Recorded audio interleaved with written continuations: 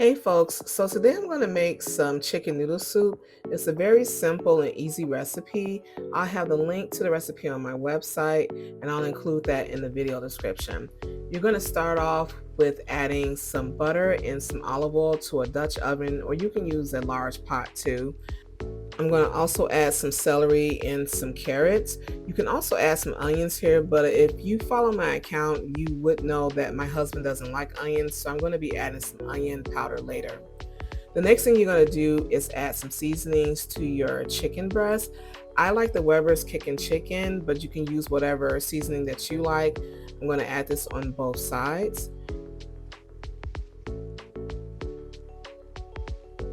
Next, I'm going to take out the veggies and put them in a separate bowl.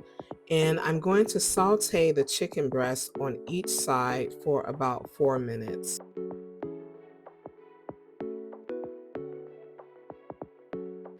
The next step is to add those veggies back to the pot. And remember, the chicken is not completely done.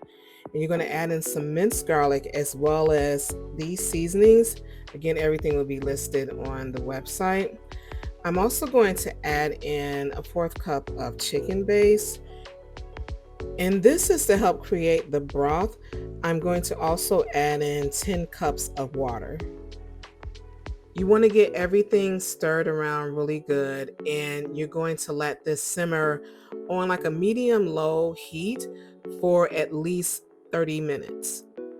After the chicken is done, you're going to take it out and put it in a bowl, and you can use some tongs or you can use some forks, like 2 forks, and you're going to shred the chicken so that they're in like nice biteable pieces. For the next step, you're going to add your pasta. So you can use some egg noodles, but I'm going to use some fettuccine pasta. I'm going to break that in half and add it to the broth.